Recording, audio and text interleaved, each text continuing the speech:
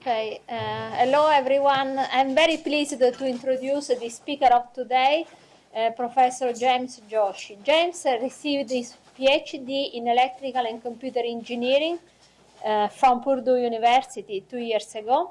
Since then, he has been an assistant professor at Pittsburgh University. He has a lot of research interests, including, of course, security and multimedia systems. So, I'll give you the floor. Thank you, Professor Martina, for the introduction. And I'm very thankful to you for inviting me to give a talk here. It's like coming back to a place where it had been my home for almost 7 years. Right now, as Professor Bertino mentioned, I'm affiliated with the University of Pittsburgh and also with Laboratory of Education and Research on Security Assured Information Systems. So this is our new initiative in the University of Pittsburgh. What I'm presenting today is basically what I did as a PhD student and some of the papers that we wrote and some of the papers that are being published recently or in very near future. So it will be general overview of the different components of what we call GTRBAC, a Generalized Temporal RBAC role-based access control model. This research on GTRBAC was done in collaboration with Professor Elisa Bertino herself, Professor Arif Ghaffur, who was my advisor. I also have my previous lab mates, Basit Safiq and Rafai Vati, with whom I share a lot of research discussions to come up with the results that I'll present as overview. The talk is basically organized as follows. I'll briefly go through introduction and what motivated us to pursue this particular research. And I'll give an overview of the GTRBAC model. Also discuss hierarchy and separation of theory constraints, which are extension of the basic GTRBAC model. Also address some minimality and design considerations. And most of these different topics are scattered in different papers. I'll try to present as coherently as possible. We have also developed X-RBAC, XML-based RBAC policy specification language to express GTRBAC policies.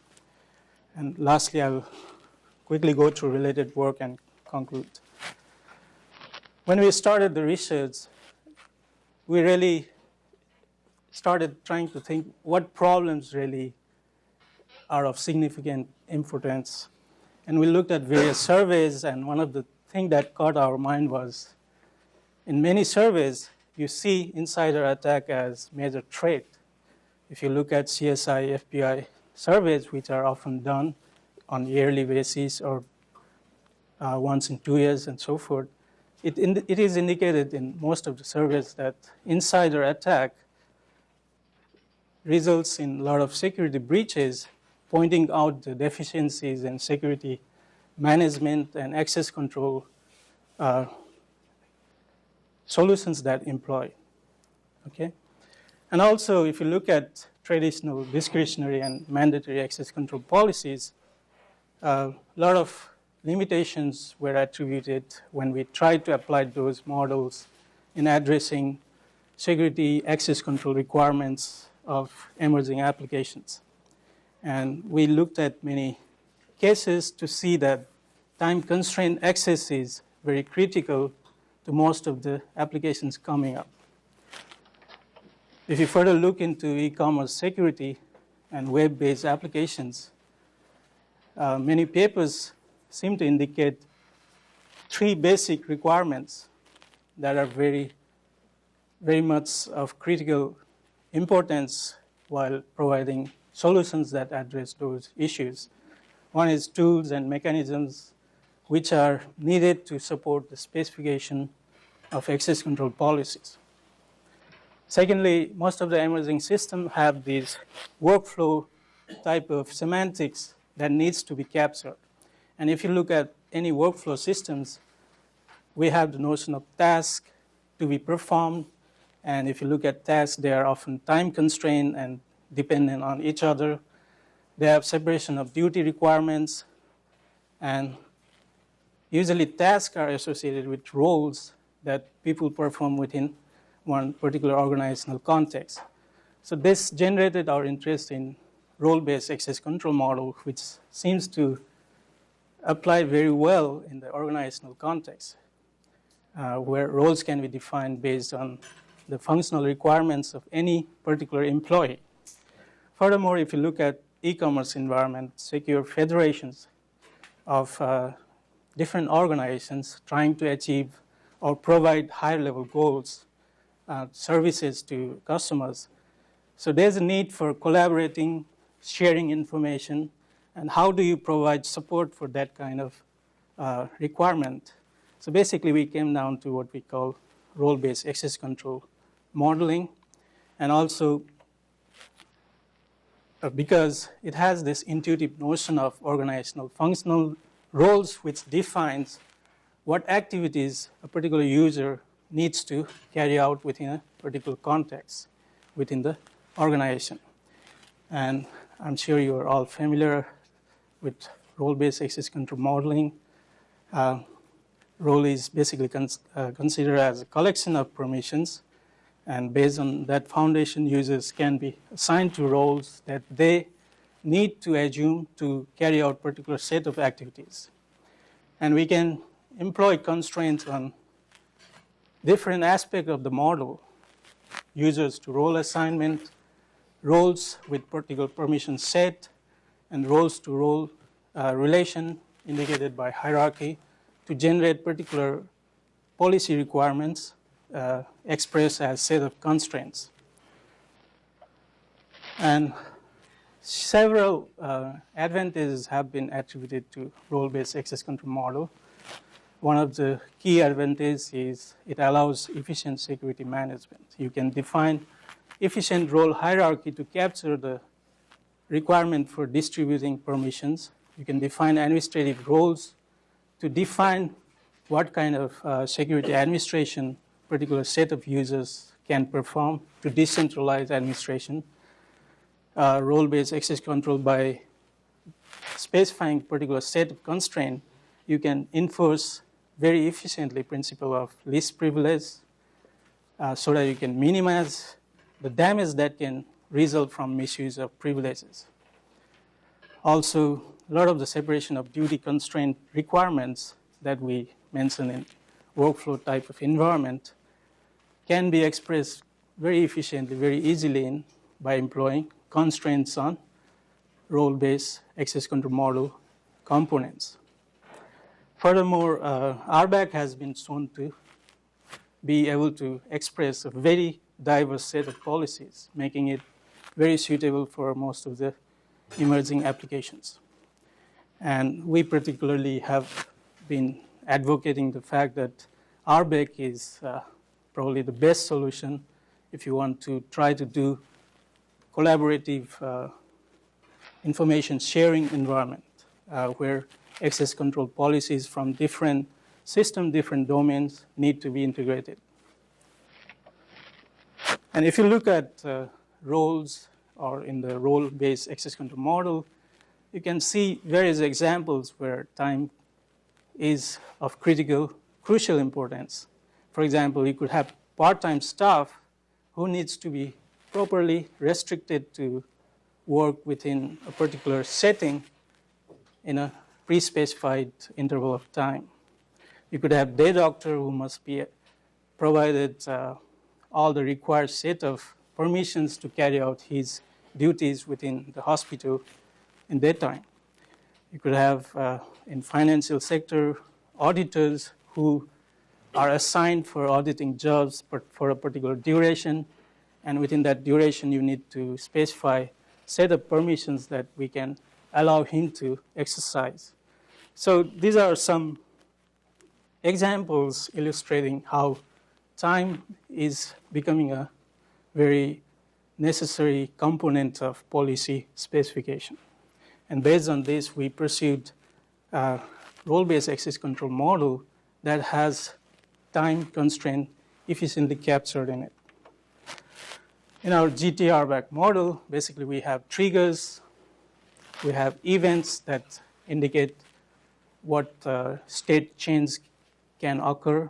We have triggers to capture the dependencies among events. We can specify temporal constraints, that is, we can specify what intervals or durations can a role be allowed to be available to users. When, for how long should we allow user to be assigned to a particular set of roles and so forth. And whenever user need to exercise permission, he has to activate a set of roles, and we can define for how long that activation needs to be permitted. And similarly, we have, as soon as we introduce time, associate time with roles, we have a very fine-grained semantics that needs to be captured in the role hierarchies. I'll briefly cover all these issues. So to capture event-based system, we introduced 3 states for GTRBAC. A role can be disabled, which means no user who is assigned to that particular role can activate it. So essentially, it's not available. It can be enabled, which means a user who is assigned to a particular role, which is enabled, can now exercise the permissions that are available through that role. And active indicates a role is active if a user has activated it in a session to exercise the permissions available to him through that role. And the edges indicate what are the event expressions. So enabling a role, disabling a role, and activating, deactivating, and so forth. If you look at GTRBAC model, these are the basic events which were already expressed in the diagram in the previous slide. Enabling role, enable R. You can disable a role by this command or event. Based on these event set, we have other components. First part is prioritize events. We can associate particular priority with any event. And then we also have many status predicates to capture the state of particular component of RBAC. For example, enable R to capture whether role R is enabled at that time or not. Similarly, P assign refers to whether permission P is assigned to. So based on these status predicates and simple events, we can express constraints and dependencies among various components. Trigger expressions are basically of this form. You can have number of events expressed as precondition to let some other event, for example, in this case, PRE, to take place if some other events, E1 to En, has taken place. And you could also add status check to capture the condition which defines what next event can be allowed to occur. So, and as an example, we have enable day doctor. So if you enable day doctor role, you can enable doctor in training role after a particular duration of time. GTRBAC also allows runtime events. It can be user runtime event to indicate what activation requests a user wants to make. Similarly, it can be an administrator runtime event to enable, disable role, assign or deassign user role or role permissions, and so forth. And using these events, we actually express time constraint on various components. To express timing constraints, we use periodic time, which is of the form as shown here, I and P. P is essentially infinite set of recurring intervals. For example, you could say every Monday of this year. So Mondays are intervals that are repeating this year that we want to be associating with some particular event. And to express that, we use calendars, the usual calendars, hours, days, weeks, months, and years. An example is shown here. It indicates every week, consider days 2 through 6, and starting at the 10th hour, consider 10 hours duration. So it represents 9 a.m. to 9 p.m. of all the working days.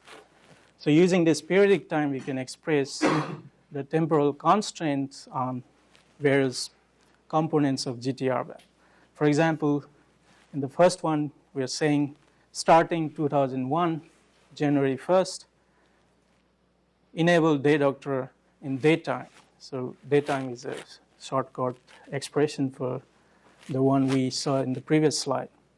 The next one indicates starting 2000 on Mondays and Wednesdays, assign particular Dr. Smith to the day doctor role. Similarly, you can express duration constraint where you indicate how long particular event is allowed to be valid. For example, you have 5 hours enabled the doctor in training, which indicates that the doctor in training role needs to be allowed only for, enabled only for 5 hours. But when you specify duration constraint, you need to have an associated trigger to enable, actually enable the doctor in training role. So in the next one, you see activate day doctor for Smith enables doctor in training after 1 hour. So if Dr. Smith activates day doctor, then doctor in training is enabled, but because of the duration constraint, it is enabled only for 5 hours. So these are some example of constraint, temporal constraint that we can specify on various components of GTRBAC. We can also specify many different constraints on activation state of a role. For example, we could say a role should be allowed to be active only for a particular duration. You could have a more specific constraint, for example, per user role. Given a user and a role, the activation duration should be restricted to DU active. So these are just 2 examples. We have other set of activation time constraint that can be expressed. So here's a more full-fledged example where we have a healthcare system. You enable day doctor role in daytime, night doctor role nighttime. And if you look at constraint 2B, we are saying there's a constraint that nurse in training should be enabled only for 2 hours in a period, in a duration of 6 hours. And in the next one, constraint 3A, we enable C1. The constraint is actually enabled. So once C1 is enabled, in the period of, in the duration, within the duration of 6 hours, nurse in training can be enabled for 2 hours. So this is a simple example illustrating the use of GTRBAC constraints. Here's another example that we could use GTRBAC for subscription-based system. This is overly simplified. If you have a video database used for video on demand, and if you have subscription-based access to the resources videos, then you can use activation time constraint on roles MB1, MB2, and MB3 to limit the access based on how much you are paying for the video on demand. So these are some basically overview of some of the constraints that can be expressed in GTRBAC. And since it has many constraints, obviously the issue of conflict and ambiguous semantics is crucial. In particular, GTRBAC can have 2 anomalous situations. First, we could have simultaneous occurrence of conflicting events. For example, at the same time, enable role, particular role R can occur with another event which is trying to disable the same role. Similarly, we could have arbitrary triggering of triggers based on events that are validated at particular time, generating ambiguous semantics. We'll look at a simple example. And to take care of these cases, we have conflict resolution rules. Basically, we use higher priority text precedence, disabling event or negative text precedence when there are same priority opposing events. For example, disable R takes precedence over enable R if they have the same priority. And also, since we have activation time constraint, enabling time constraint, we use more specific constraint to override the less specific constraint. So to capture these two anomalous situations, we have a event dependency analysis that actually tries to find out set of triggers that may give very ambiguous semantics. And having removed that ensures good behavior on the execution of the model. And at runtime, we could still have a need to resolve conflict when events of opposing nature occur at the same time. And we use primarily priority-based conflict resolution.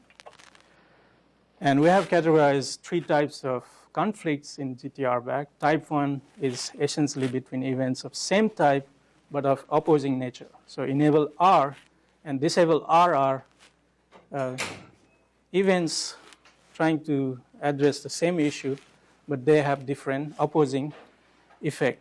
So if they both occur at the same time, we basically use priority to resolve.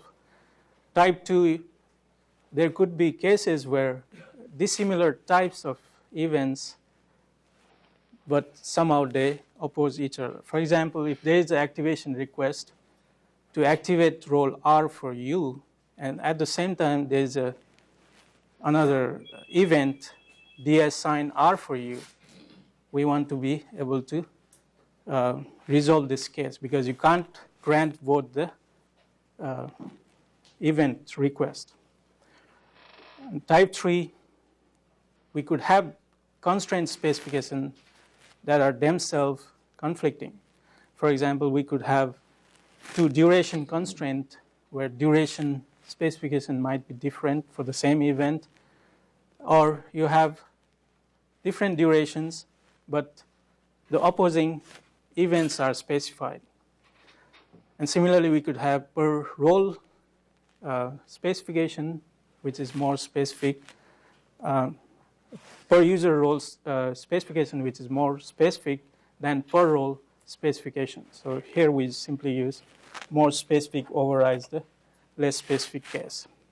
So as I already mentioned, type 1 conflicts we simply resolve by using priority, text precedence rule, and if we have this same priority on the opposing events, we do the disabling event text precedence.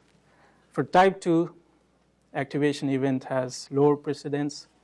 Basically, type 2 event conflicts occur when you have an activation related event and another non-activation related event trying to occur at the same time, but they have opposing effect. So we give less priority to activation event because, for example, if a role is disabled, we should not be able to activate it. Type 3B, it's, as I have already mentioned, more specific specification text overrides the less specific. So per user role is really more specific because it says given a user and that particular role, the constraint is this. But per role is only for given that role, the constraint is as pre-specified. So here's an example. If you have this set of events trying to occur at the same time, then based on this resolution, some of the events need to be discarded. And I mentioned about triggers creating ambiguous semantics. If you look at this example, we have two triggers. First one, enable R1, enables or disables R2. If you have enable R2 event occurring, then disable R1 event should also occur. And if you assume that at runtime you have these two requests generated, enable R1 and enable R2, depending on which one you take first, you have two different set of events selected for firing. For example, if you take enable R1 first, it fires TR1. That means disable R2 will also be an event that needs to be fired, which means TR2 cannot fire because disable R2 is already there, and TR2 starts with enable R2. Similarly, if you take enable R2 first from the runtime request set, then you fire TR2, trigger TR2 first, and include disable R1, which is on the right side of the trigger. But once you do that, you cannot fire TR1. So based on which one fires first, which you chose, you have two different set of events, valid events you can compose. So we want to avoid that because that's ambiguous given a particular request and particular trigger set. It has multiple paths, and we want to be unambiguous in such situation. And to avoid such situation, we employ labeled dependency graph technique to detect the ambiguity. And if you look at, we have an algorithm.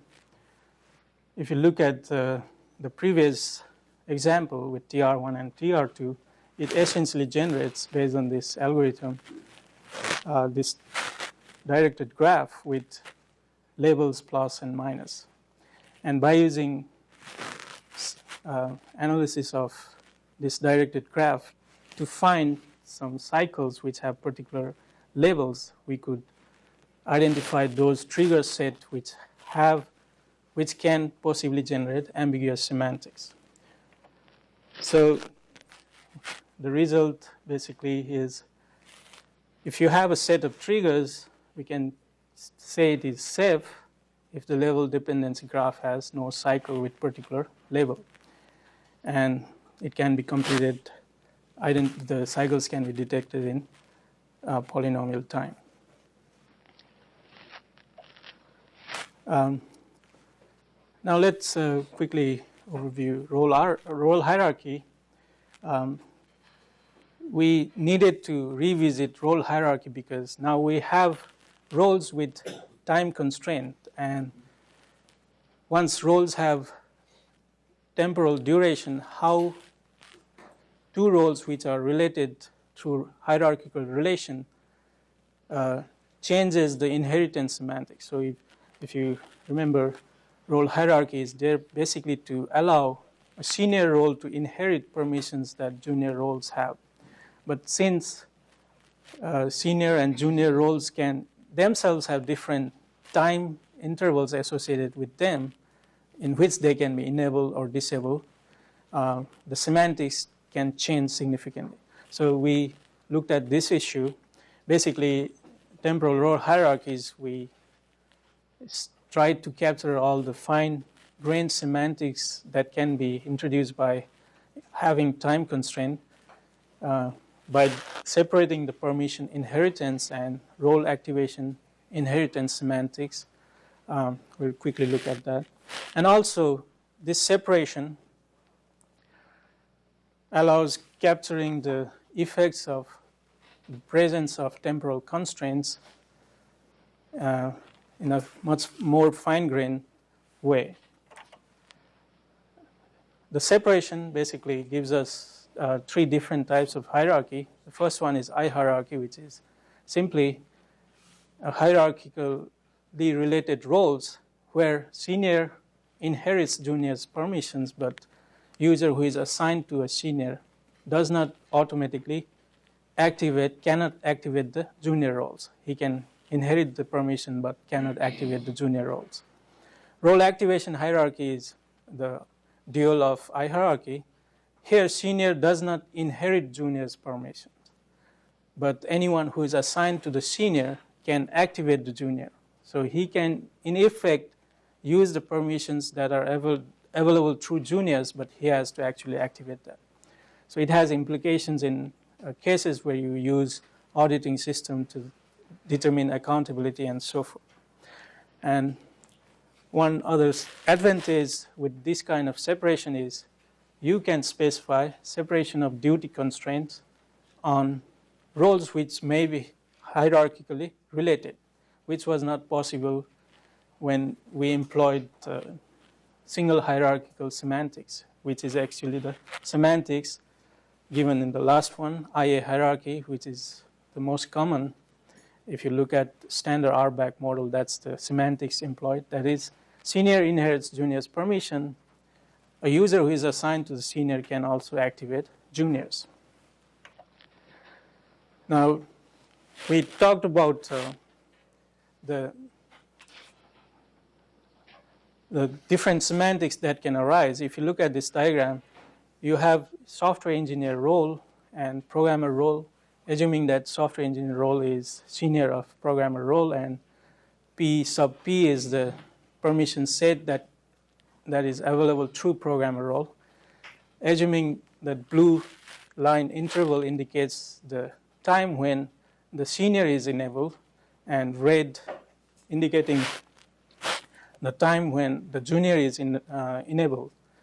So we have cases where we have tau 1 and tau 2. How do we attribute the semantics of inheritance between these two roles?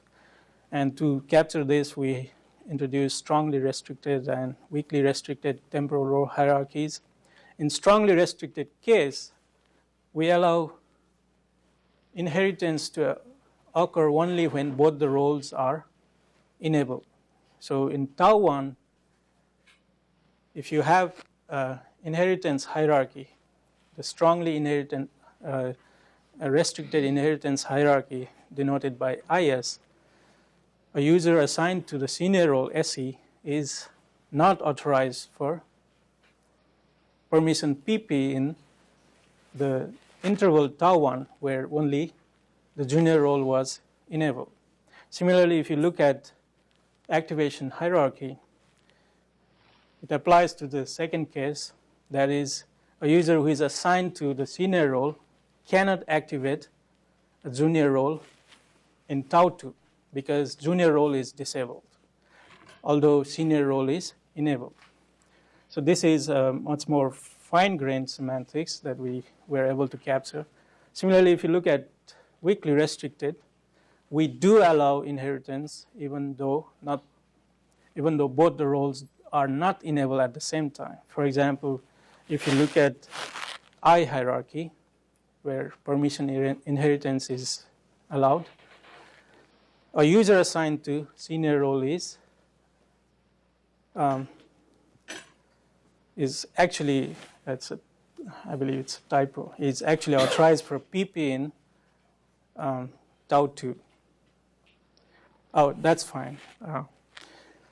If you consider inheritance with weakly restricted semantics, this should have been actually not his typo there.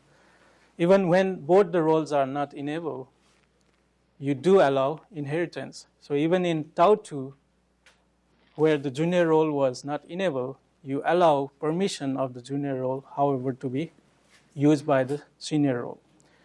And similarly, in activation hierarchy, a user assigned to the senior role can activate, even if the senior role is disabled, the junior role.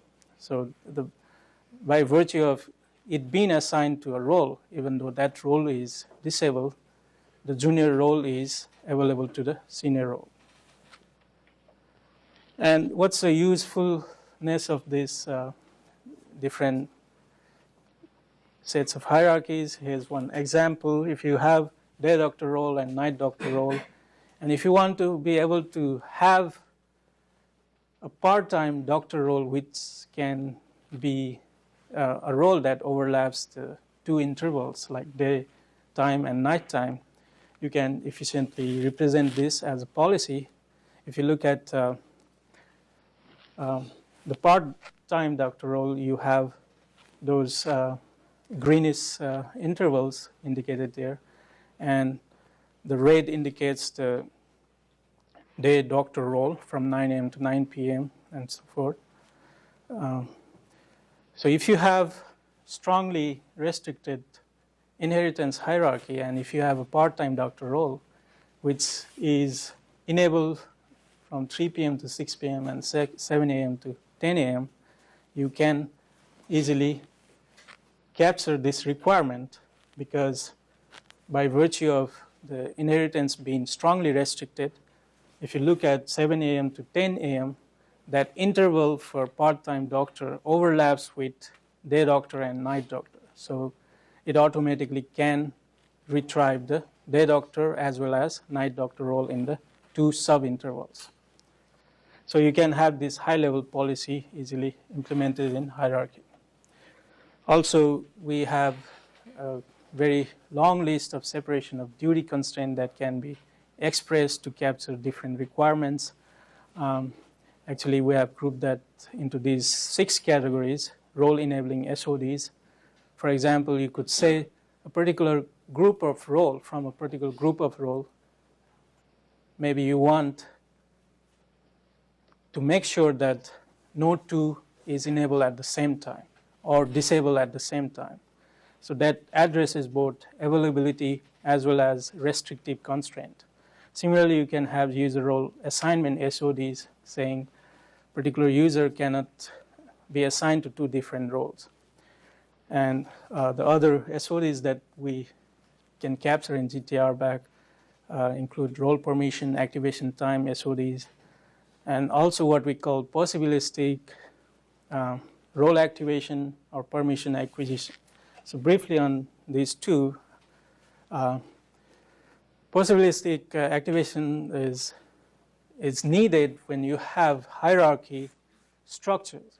Actually, these two are needed for I and A hierarchy structure in presence of I and A hierarchies. So possibilistic activation, it is dealing with who can activate which role. So it captures implicit as well as explicit assignments. Implicit means by virtue of a user being assigned to a senior role, he can activate a junior role. But you want to be able to capture that within a constraint. And possibilistic is the permission assignment aspect, while possibilistic activation was user assignment aspect. So if you look at this example, a user in particular user set cannot acquire different permissions in P at the same time. So by using first order logic, we could express these constraints, which are essentially separation of duty constraints. And also we can say no, for example, no 2 users in particular user set can acquire permission in a given set. And we also employ time constraint, the notion of time with the SoDs, and it's more intuitive. If you look at different forms of time, if you attribute SoDs with intervals or periodic time expressions that we use in temporal constraint, we get 3 different forms of different strength that we can specify. For example, if you have this expression IP UAS, you are indicating a user assignment constraint. For example, a user in particular user set cannot be assigned to 2 roles in particular role set.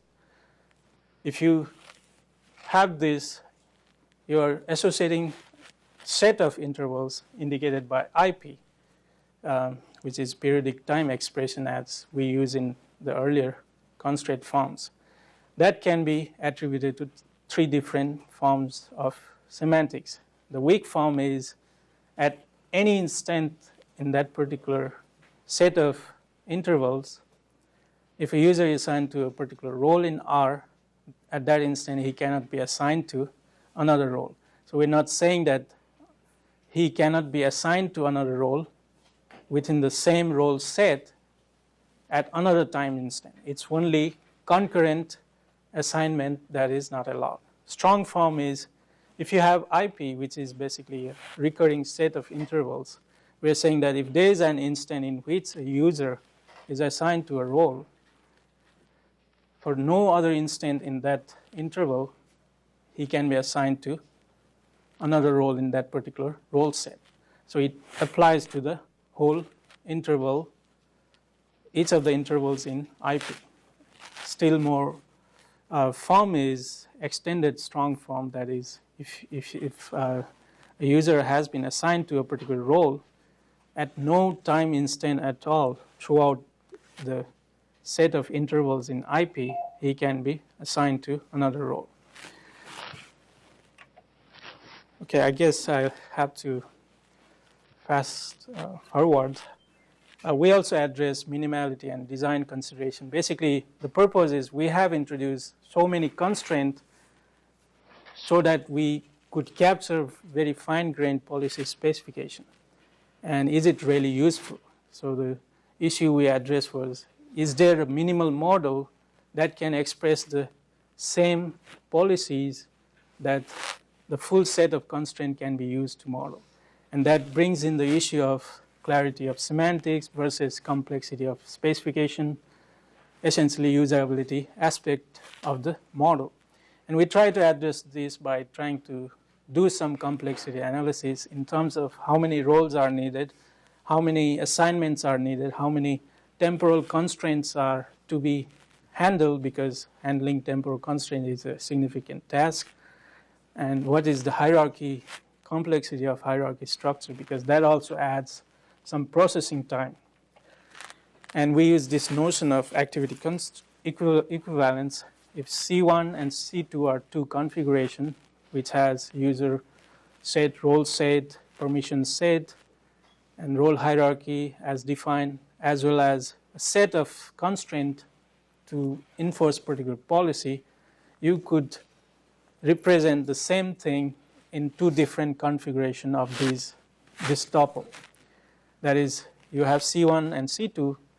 They are said to be A equivalent if a particular user can acquire a particular permission in C1 if and only if he can do the same thing in another configuration. So they are essentially equivalent.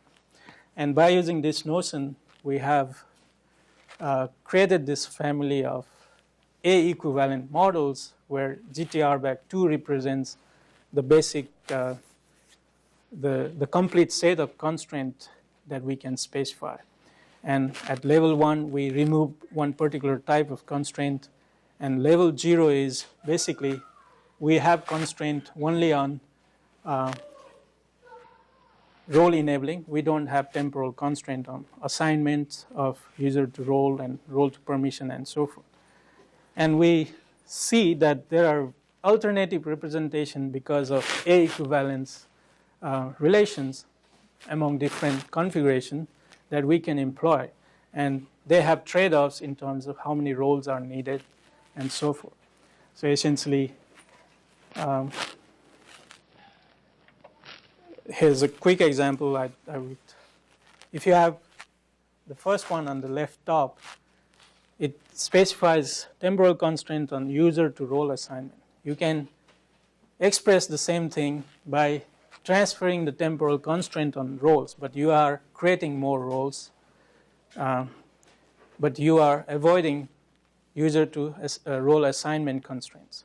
And similarly, you can have another alternative representation where you create, based on those temporal periodic time expression, distinct set of expressions shown here, P triple dash and so forth, which are disjoint. So roles here on the third diagram is enabling time periodic temporal constraints which are distinct from each other. So these have different trade-offs based on the figures, the different parameters that we saw. So this is just to point out that with some attributes like time introduced, it's a significant issue when it comes to usability.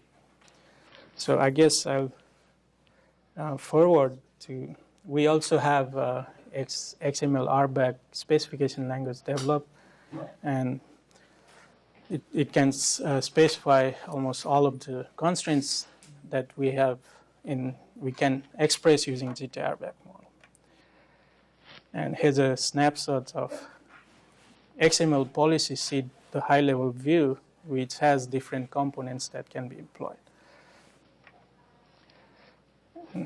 we have a architecture which is actually mainly to be attributed to Rafay Bhatti, who is also I had been working with. He was mainly responsible for implementing this architecture. So I'll move to conclusion. Basically, we have role-based access control model, which is able to support very diverse set of access control policies. Time is a crucial requirement with that we try to capture in and develop GTRBAC model. So I think I can stop here. If you have questions, you can ask now.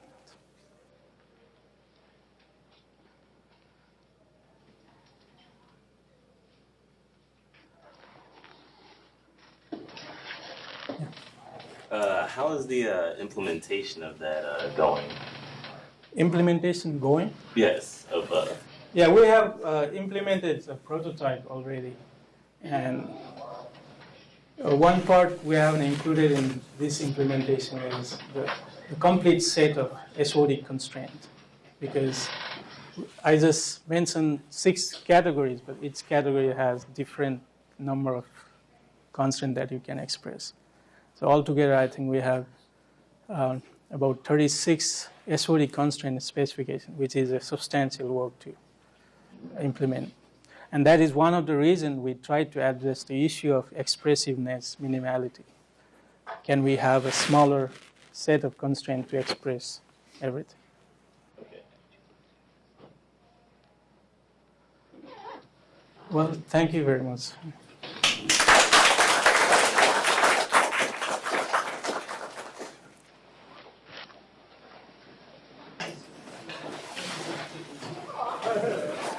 Good job. Yeah. I guess you had a few